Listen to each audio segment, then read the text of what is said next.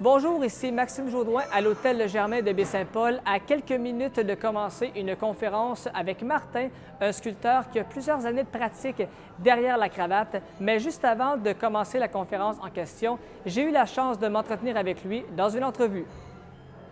Je parle maintenant avec Martin, sculpteur depuis plusieurs années. On est présentement à l'Hôtel Le Germain à Baie-Saint-Paul, donc des belles sculptures qui sont exposées présentement.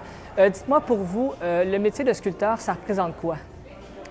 Bien, écoutez, c'est une passion, une vocation aussi qui m'habite depuis plus de 20 ans. Ça devait être là même avant, mais j'ai réussi à développer ce métier-là et à réussir à vivre de ça aussi dans la région de Charlevoix, qui est fantastique. Et quand on fait une sculpture, c'est quoi le processus? Comment est-ce qu'on commence à faire une sculpture et comment est-ce qu'on la finit? Comment est-ce qu'on élabore en fait le plan d'une sculpture comme telle? C'est quoi votre étape là-dedans? Eh bien, écoute, c'est sûr que moi, je viens du bois, je viens de l'ébénisterie. Alors, à la base, une sculpture, on commence avec du bois collé ou une bûche de bois, on la sculpte, puis on la finit avec du papier sablé. Ça a évolué, j'ai appris à sculpter la pierre, j'ai appris aussi à sculpter, à travailler les métaux. Alors, tout ça, c'est mis ensemble, font que les différents procédés ont changé, ont évolué, se sont mixés aussi ensemble. C'est ce que vous allez voir ce soir. C'est des sculptures qui sont intégrées à différents matériaux. Alors donc, c'est des procédés que j'ai appris au cours des années, mais que, en fin de compte, j'ai réussi à trouver, à mixer. Maintenant, je mixe beaucoup les matériaux ensemble. Au niveau du bois, est-ce qu'on parle d'un type particulier? Est-ce qu'on parle d'un bois traité? Quelle sorte de bois est-ce qu'on utilise principalement pour vos créations à vous? Bien, moi, j'essaie de travailler les bois fruitiers du Québec. Alors, tu sais, je pourrais prendre du bois qui vient de n'importe où dans le monde, des arbres exotiques, mais j'essaie de travailler les bois du Québec. Alors, donc, je travaille, ce que vous allez voir ce soir, c'est du pommier. Je travaille dans les bois de lilas, je travaille dans le vinaigrier, alors donc je travaille vraiment dans des arbres fruitiers, des arbres particuliers. Je peux aussi faire des sculptures dans le tilleul, dans le cerisier, j'aime beaucoup le cerisier. Alors donc c'est un peu, mais c'est encore là, c'est du bois du Québec, comme la pierre du Québec aussi. Alors, tu vois, je vais travailler les pierres qui viennent du Québec. Alors, je vais essayer d'aller dans les carrières de granit du Laurentien. Je vais essayer d'aller dans les carrières de marbre de tout le côté des Appalachiennes. Alors, donc, tu sais, puis trouver justement les particularités des pierres et les faire ressortir. C'est ce que vous allez voir aussi ce soir. Alors, deux types de pierres. Il y en a une qui vient de Timmins, dans le nord de l'Ontario. OK, c'est pas le Québec, mais c'est le Canada, on va s'entendre. Exactement. Au niveau des couleurs, parce qu'il y a des couleurs noires, il y en a d'autres types. Au niveau de la couleur, quand vous commencez une sculpture, est-ce que vous savez d'avance la couleur ou si on voit un coup que le résultat est final? Bien, tu vas la voir de façon permanente quand le résultat est final. Cependant, quand tu vas choisir de la pierre, bien, tu ne la choisis pas à sec. Tu la choisis quand c'est humide, ou tu t'apportes de l'eau, ou tu y vas quand il pleut. Alors là, tu vas voir c'est quoi le type de la pierre qui est là. Et là, c'est une fois que tu vas l'avoir travaillé et poli, alors là, il va devenir comme ça. OK. Et des sculptures qu'on va voir ce soir, combien de temps ça prend à faire un produit final? C'est bien embêtant. Un procédé qui n'est pas égal. T'sais, lorsque j'ai commencé il y a 20 ans, c'était beaucoup plus long pour moi de faire une sculpture. T'sais, nos mains s'habituent à faire les choses. On devient avec une habitude qui fait que les choses sont moins longues à produire. T'sais, ça reste que tu as toujours un temps. Mais c'est embêtant parce que je vais produire, dans un cas d'assemblage, je vais produire une pierre, un bois, et ensuite de ça, je vais faire un assemblage. Alors donc, tu vois, ça peut être pris 3 heures faire cette pierre-là, 6 heures faire ce bois-là, puis y penser, d'essayer, d'assembler. L'assemblage, ça marche, j'essaye, je l'enlève, je le remets, je réessaye d'autres choses, je le réessaye, hop, maintenant ça clique. Hop, OK, c'est ça, on fait ça, on y va comme ça. OK. Au niveau de la production, est-ce que c'est mieux de le faire à l'extérieur, à l'intérieur, ou vous, est-ce que vous avez un endroit que vous aimez le plus pour faire ça? Moi, je préfère fortement travailler à l'extérieur. OK. Mais c'est pas toujours possible. OK. C'est pas toujours possible. Bien, parce que quand je fais la grandeur de pierre, quand je sculpte la pierre, c'est sûr que j'aime mieux que ça aille dehors. C'est plus facile aussi là, par rapport à la gestion de la poussière. La soudure, c'est la même chose. C'est plus trippant quand tu es dehors. La sculpture de bois, bien ça, par contre, je le fais principalement en atelier. Okay. Parce que mes installations sont en atelier, puis bon, je fais ça plus l'hiver, on remarque. C'est plus des périodes. Là. OK. le soir. Oui, exactement. Et bon, pour vous, disons, on parle de combien d'œuvres que vous faites par année? Ça dépend. C'est sûr que je produis des œuvres monumentales qui font que ça, j'en produis peut-être 2-3 par année, OK. 1-2-3 par année. Je vais produire peut-être, je sais pas, c'est embêtant. Je n'ai jamais vraiment compté. Ça se chevauche aussi des fois, mais c'est... Je fais une production galerie. Présentement, j'ai quelques galeries qui possèdent 30 à 40 œuvres chacune. Mon Dieu, j'ai des œuvres, je travaille pour des clients privés qui me demandent des choses, alors je développe directement pour eux autres des choses. C'est embêtant, c'est embêtant. Je ne sais pas, tout finit par se vendre. Je n'ai pas de sculpture dans mes entrepôts qui datent de 10 ans. J'en ai une ou deux. Alors donc, tu sais, les choses se vendent. C'est comme ça qu'on réussit à gagner notre vie. Il faut vendre nos affaires. Exactement. Martin, merci beaucoup. Et moi, je vous souhaite tout le succès que vous pourriez récolter et que vous allez récolter, j'en suis sûr. Merci beaucoup. Bonjour tout le monde. Bonjour. Alors, bienvenue à l'apéro culturel du mois d'avril. Alors, pour ceux qui y assistent pour la toute première fois, je tiens à vous rappeler que c'est une collaboration entre le Musée d'art contemporain de Baie-Saint-Paul et l'Hôtel et Spa Le Germain Charlevoix. En fait, on voulait partager notre passion commune pour les arts et notre objectif, c'était de présenter des artistes de la région et aussi des œuvres de la collection du Musée d'art contemporain. Alors, ça me fait plaisir aujourd'hui de vous présenter notre artiste vedette du mois d'avril. Alors, Martin Brisson, alors bienvenue. Merci beaucoup. Alors, Martin, donc, qui est né à Cap-à-l'Aigle et qui y habite encore aujourd'hui. Martin, c'est un sculpteur qui exploite quand même différentes matières. Alors, le bois, la pierre, l'acier et même la neige, quand même. Hein? Et il a exposé ses œuvres au Musée de Charlevoix, au Musée d'art contemporain de Baie-Saint-Paul, à la Chapelle historique du Bon-Pasteur à Montréal et aussi au Musée de Stansted. Il a participé aussi à plusieurs symposiums de sculpture, dont un en Italie. Alors, bref, Martin, tu as une feuille de route qui est assez impressionnante. J'aimerais ça que tu nous expliques un peu qu'est-ce qui t'a mené à faire de la sculpture. Bien, merci beaucoup d'être là, tout le monde. Je pense qu'ils m'ont invité parce que j'étais capable de parler un petit peu. Alors, on va essayer de mener ça rondement. Moi, j'ai étudié, quand j'ai étudié à l'École des métiers d'art de Québec, et puis j'ai étudié l'ébénisterie. Et aussitôt que j'ai commencé à travailler en ébénisterie, j'ai tout de suite été attiré vers la sculpture. Bonhomme à l'an, un beau hasard aujourd'hui. On a Léon Sémon ici, pour qui j'ai travaillé la première année lorsque j'ai sorti de l'école. Alors, Léon, qui est un excellent sculpteur ébéniste aussi, vraiment de talent. Alors, c'est un petit peu comme ça que j'en suis venu à la sculpture. Alors, j'avais une passion pour le bois qui s'est développée très rapidement. Et puis, c'était la sculpture dans le bois qui m'attirait plus encore que la fabrication de meubles. C'est ce que je me suis rendu compte parce qu'après 5 ans de pratique d'ébénisterie, j'ai comme laissé ça de côté pour me concentrer sur la sculpture, aller développer le côté de la sculpture sur pierre, apprendre comment ça fonctionne. Je suis retourné à l'université pour aller apprendre comment fonctionne le travail de la sculpture monumentale. Parce que là, maintenant, il faut bien regarder un petit peu aussi comment le marché est situé au Québec. Alors, je me suis dit, dans la sculpture monumentale, il y a sûrement il y a une veine, comme on dit, à aller chercher là-dedans. Et puis, de fil en aiguille, j'ai été obligé d'apprendre à sculpter le métal. C'est pas que j'aime pas ça, mais j'ai été obligé.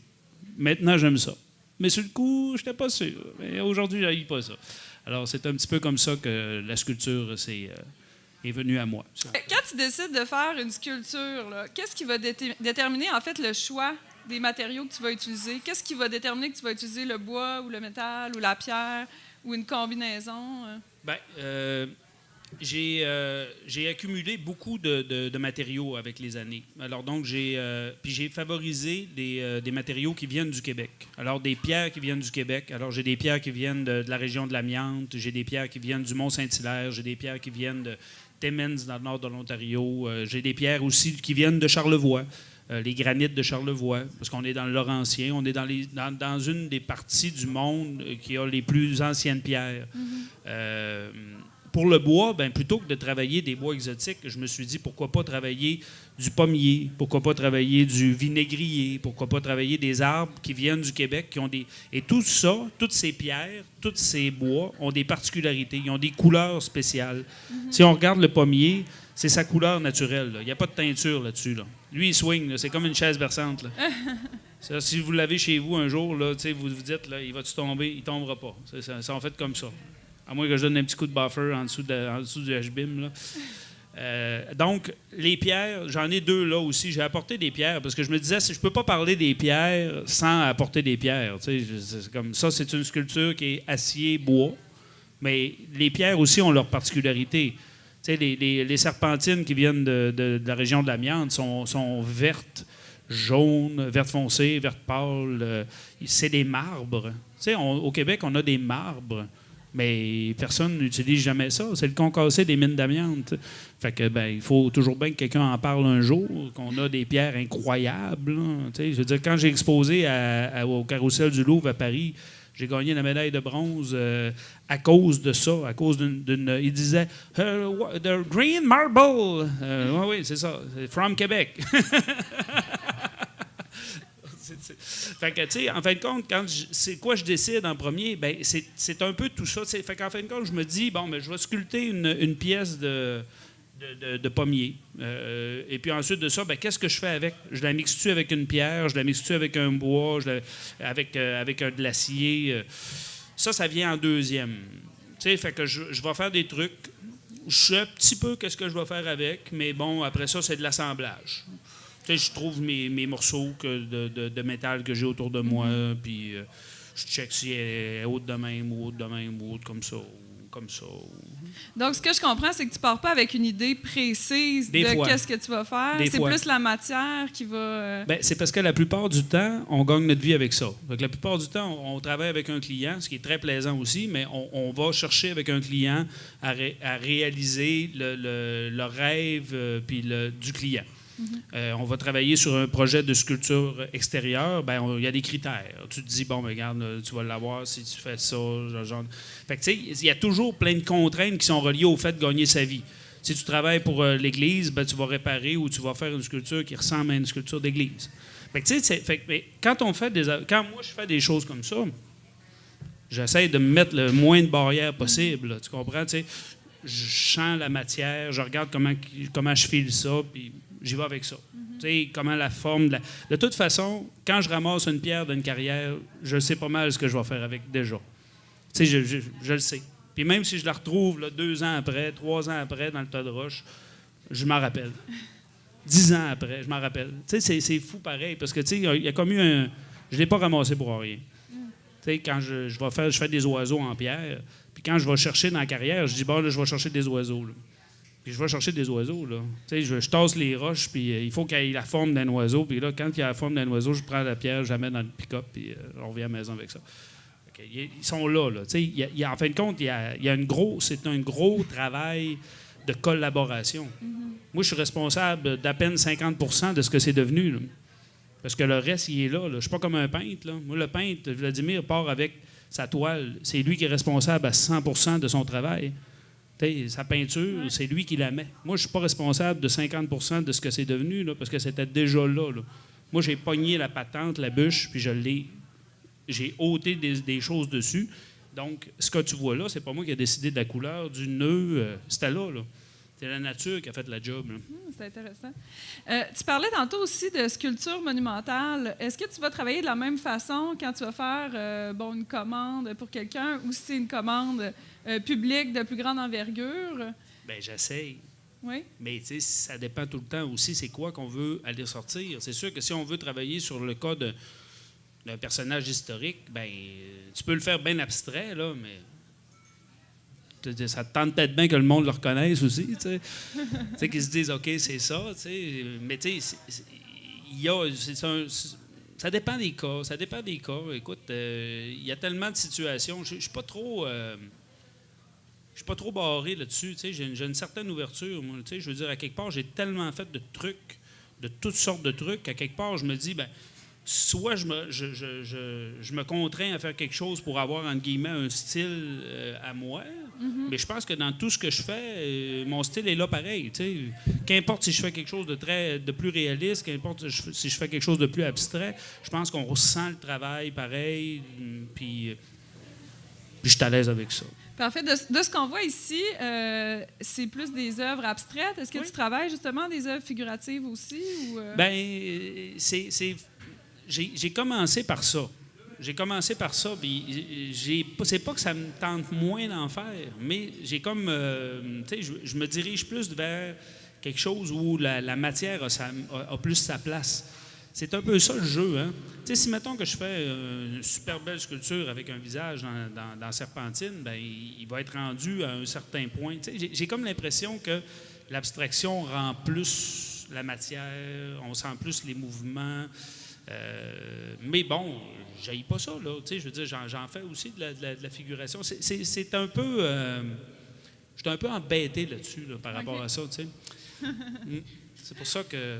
Non, c'est ça. Mieux vaut pas se mettre de barrière. Oui, c'est ça. Je ne veux pas me mettre de barrière. Tu sais, je me dis, bon, si ça me tente de faire une sculpture figurative, je la fais, la figurative, parce que je la sens. Là. Tu sais, récemment, j'en ai conçu justement des nouvelles là, qui sont assez figuratives. Là, puis je suis totalement à l'aise avec ça. Là. Totalement à l'aise avec ça. Tu sais, je me dis oui, parce que c'est une bonne idée, parce que l'idée est tripante, parce qu'elle me stimule, parce qu'elle me nourrit. Puis je me dis, ça, je pense que si je mets ça en circulation, ça va servir le monde. Parce qu'en fin de compte, ça sert à ça, l'art public. Hein? On parle de l'art public. Là. Une sculpture comme ça, c'est à moins qu'elle soit installée au Germain, hein, ici. C'est juste comme ça en passant. Elle va servir elle va servir dans le salon à quelqu'un là, qui va être ses invités vont voir quand ils vont aller chez eux. L'art public, elle sert à, tu sais, ma Hosanne Achon là-bas, là, la mère des Tremblés d'Amérique, là, au coin du carrefour culturel, celle-là sert la population. C'est une sculpture figurative. Le besoin, c'était de représenter la mère des Tremblés d'Amérique. Mais j'ai représenté ça de toutes sortes de façons. Je n'ai pas fait une bonne femme exactement comme une vraie bonne femme. J'ai fait ça à mon goût. J'ai fait ça dans un calcaire Saint-Marc qui a des millions de fossiles dans cette pierre-là. Donc, ces millions de fossiles-là représentent tous ces enfants, la descendance des Tremblés d'Amérique. Fait que, tu sais, c'est de jouer aussi avec les symboles. Tu sais, c'est d'arriver à faire... puis rendre un hommage à sa mère en même temps. Tu sais, c'est cool, là. Non, mais c'est vraiment... Tu sais, c'est des chances uniques que tu as dans ta vie, là, de pouvoir faire ça, là. Absolument. Puis pour cette sculpture que tu as emmenée aujourd'hui, tu l'as appelée « Note de pommier ». Note de pommier. C'est assez... Note de pomme. C'est une note de pomme. C'est assez poétique. Ben, écoute... Ça, c'était il y a 2 ans ou 3 ans, je pense. On faisait une activité au domaine Forgette. Et puis, je m'étais préparé une sculpture et je voulais représenter quelque chose de musical avec ça. Alors, cette sculpture-là est comme une note, en fin de compte. Je voulais faire comme quelque chose qui représentait la musique en même temps. Alors, c'est un peu là-dessus que j'ai joué. Alors, tu vois, c'est moins long que toute la tassée au complet, là, parce qu'on voit bien là, qu'elle est perforée. Puis, tu sais, je ne sais pas si tu la pognerais, mettons qu'elle serait comme ça, elle serait le fun aussi. Mais puis comme ça aussi, elle serait le fun. Fait que ça, c'est le plaisir de faire des choses un peu plus abstraites des fois, c'est que... Puis moi, j'ai le cerveau fait à l'envers. Fait qu'en général, quand je fais un truc, là, je le vire de bord. Fait que je l'ai fait de même, tu sais. Fait que là, puis je la trouvais plus belle comme ça, finalement, tu sais. Fait que... Mais j'ai le cerveau fait à l'envers. Ça fait que, mais ça, je trouve ça super le fun. Fait que, puis aussi, c'est le fun de laisser la légèreté des objets. C'est ce que l'acier, le bronze nous permet de faire. Ça nous permet de mettre un objet bien haut dans les airs, qui a l'air à voler dans les airs. Fait que ça, c'est le cas aussi de cette sculpture-là. Est-ce que justement la verticalité, c'est quelque chose d'important dans ton travail?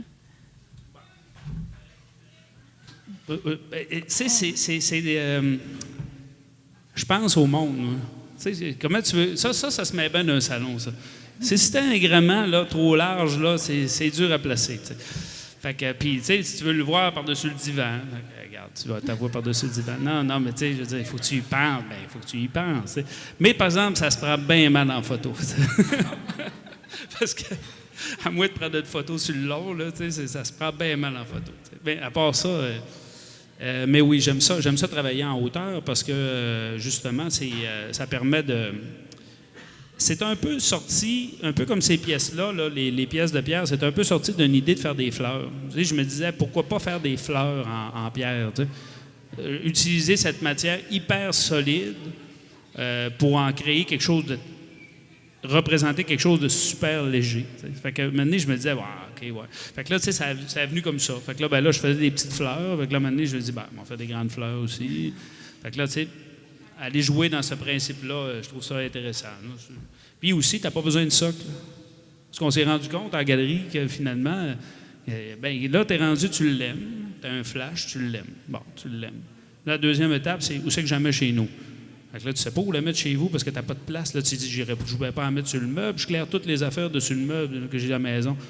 Fait que là, tu dis, on va te vendre le socle qui va venir avec. Oui, mais un socle, c'est un socle d'une maison. Tu as dit que ça, regarde, c'est autonome. Là. Tu mets ça dans ta maison, tu n'as pas besoin de socle. Fait que tu sais, on pense à ça aussi. Ça arrive des fois, tu sais. Tu as déjà une quinzaine d'années de pratique derrière toi. Puis comment tu vois justement ton avenir, tes projets futurs? Écoute, je veux dire, j'ai des... j'adore faire de la sculpture. Je me vois pas faire autre chose que de la sculpture développer, continuer à chercher à assembler ces formes-là de la nature. Hein. Comme on a déjà dit avec Léon, on n'invente rien, on fait juste adapter. On fait juste adapter des formes qui existent déjà. Alors donc, ça l'ouvre un champ de possibilités incroyable quand tu as l'esprit ouvert. Ça fait que, tu sais, au fond, où je suis rendu dans ma vie, je me dis, oui, je continue. Oui, je fais des... Puis c'est sûr que je ne vous cacherai pas que je caresse des projets de sculpture extérieure, monumentale. C'est sûr, tu sais. Il y a toujours les projets avec le domaine Forgette, le jardin de sculpture qu'on voit sur une période dépassant nos propres vies. Alors donc, ça aussi, c'est le fun. Tu sais, c'est le fun de penser à quelque chose qui va te dépasser, tu sais, on va créer pour laisser ça aux autres, laisser ça aux générations futures. De la beauté pure, simple, qui ne sert à rien. Roger Langevin n'arrêtait pas de dire « Tant travailler pour quelque chose qui ne sert absolument à rien, juste à être beau. » Ben oui, mais c'est ça, la beauté de l'art, elle est là. Alors donc, tu sais, travaillons à intégrer ça dans nos villes, à plus avoir la culture de mettre de l'art dans nos vies, de les placer à l'entrée des... Vous irez voir, je vais faire une publicité pour mon assureur, vous irez voir à l'entrée de la Sun Life à Baie-Saint-Paul, ce que Julien Dufour s'est fait faire, une superbe sculpture pour l'entrée. C'est pas dans son bureau, c'est à l'entrée de son building. Il a fait faire ça par ses propres moyens. C'est pas 1%, whatever. Il a dit, moi, je veux avoir une sculpture de toi dans l'entrée chez nous. Il m'a dit ça 2 ans à l'avance. Il dit, pense à ça. Puis à un moment donné, j'ai fini par y faire. Puis regarde, c'est une œuvre écœurante, là, vraiment, vraiment, vraiment super belle. Qu'est-ce que ça fait? Juste de la beauté. Les gens rentrent chez le comptable, ils ont la face de même. Puis là, ils voient la sculpture. Puis là, ils rentrent chez le comptable avec le sourire. Ils rentrent chez l'assureur avec le sourire. Baptême, tu sais, ça a toujours bien une grosse... c'est un gros billet. Il devrait avoir un pourcentage. Je n'ai pas pensé à ça. Mais c'est ça, tu sais, finalement, c'est un peu on n'a pas la passion et la vocation qu'on avait à 20 ans de vouloir changer le monde, mais par contre, changer le monde d'une étape à la fois. Tu sais, juste continuer ce que les autres ont fait avant nous, continuer à pousser sur l'intégration des œuvres d'art dans le public. Si vous allez à l'île aux Coudes, vous allez en voir. J'ai fait un planteur dehors pour se remémorer le film de Pierre Perrault de 1962 pour la suite du monde. J'ai fait un planteur dehors de 15 pieds de haut en acier. Qu'est-ce que c'est qu'un planteur dehors de 15 pieds de haut? C'est pour pogner les marsouins. Là, ils plantaient des piquettes là, le long de l'île aux Coudes. Là. Bien, un moment donné, je me suis rendu compte que les enfants de mes amis ne savaient pas c'était quoi un planteur dehors. À l'île aux Coudes, là, les enfants de mes amis de l'île aux Coudes ne savaient plus c'était quoi un planteur dehors. J'ai dit non, il faut qu'il se passe de quoi, là. Il faut qu'on fasse de quoi pour qu'ils s'en souviennent, pour qu'on se souvienne de nos traditions, qu'on se souvienne de ce qui s'est passé avant nous autres. Tu sais, je ne veux pas dire de mettre la face de tout le monde qui a fait de quoi dans Charlevoix, mais il y a des choses qui valent la peine d'être mises en valeur. Où est le monument de Gaston Miron? Où est le monument de Laure Connard? Où sont les choses importantes de notre culture? On a du travail à faire, gros travail à faire. Puis ça, bien, je pense que c'est de valeur, il manque de politiciens. Non, mais c'est ça pareil. Tu sais, je veux dire, le politique, je sais qu'il gère les poubelles, puis les crises, puis les affaires, puis tout ça. Mais à un moment donné, il va falloir qu'il y ait comme une obligation politique, municipale, provinciale, fédérale, de faire de quoi? De faire travailler, tu sais, je veux dire, juste un petit léger pourcentage des montants qu'on met pour aller se chicaner à gauche puis à droite, là, ça pourrait faire vivre notre culture, puis la mettre en valeur, puis vraiment faire de nous autres un peuple bien plus fort. Puis ça, je parle d'un peuple, là, un peuple. Tu sais, Canadien, Québécois, si vous voulez, puis Baie-Saint-Paul, si vous voulez.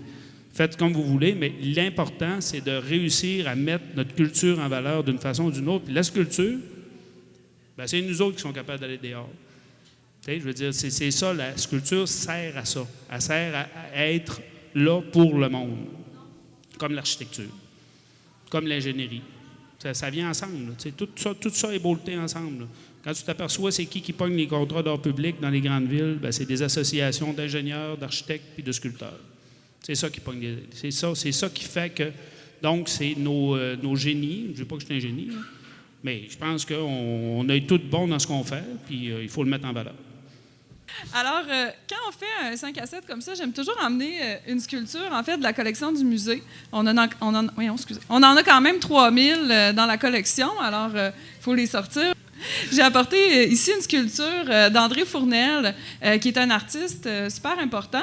Une sculpture qui a été réalisée en 1966, donc au moment où les sculpteurs, justement, essayaient de dépasser un petit peu la sculpture traditionnelle sur bois.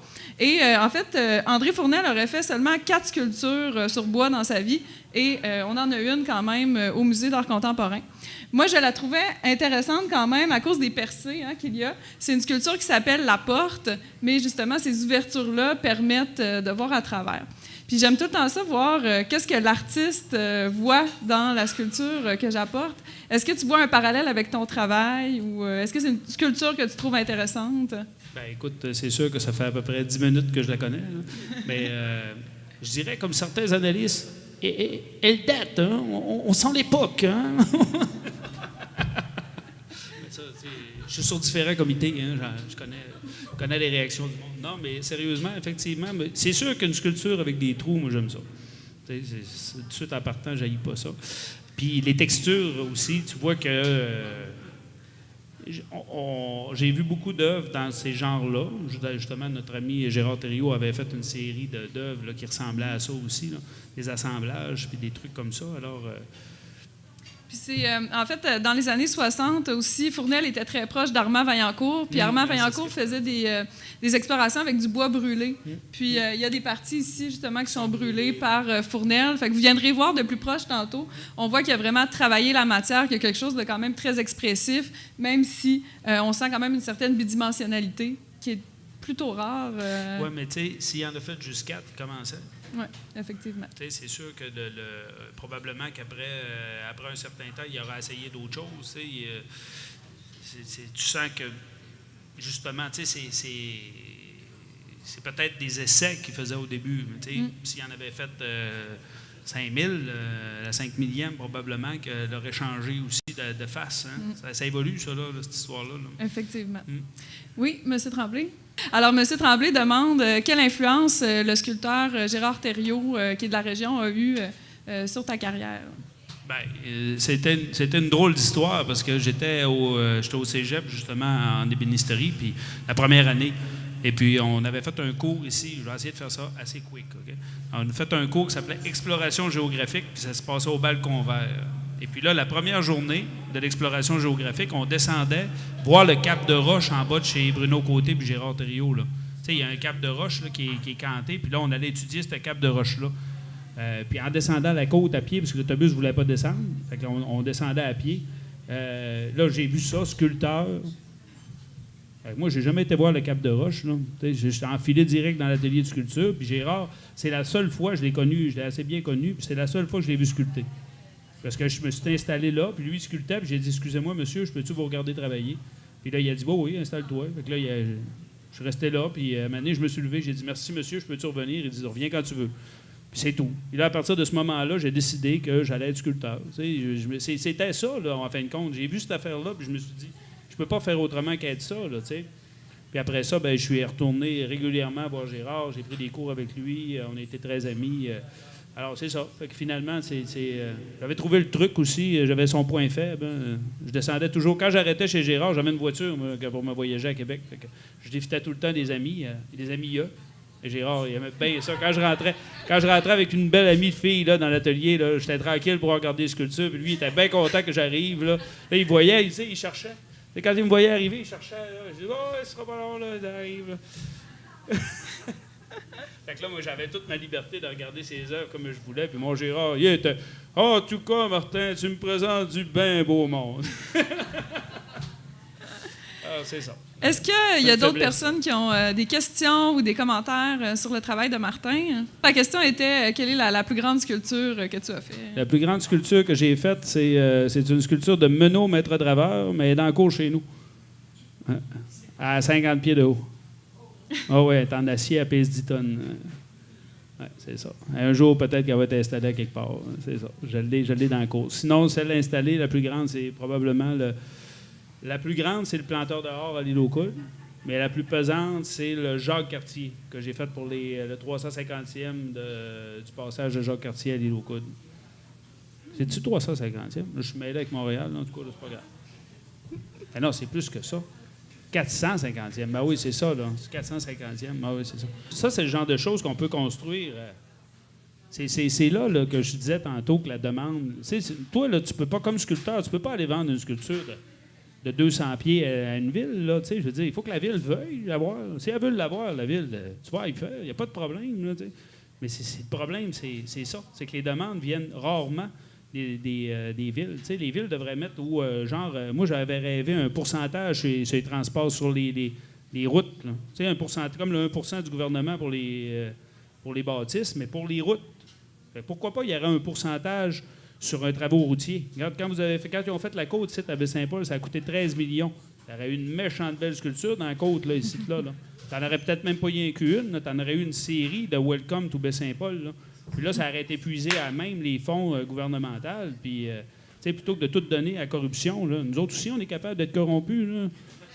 Alors, merci beaucoup, Martin. Ça fait plaisir. Puis si vous avez des questions ou des commentaires, vous pourrez aller voir Martin aussi pour le reste du 5 à 7.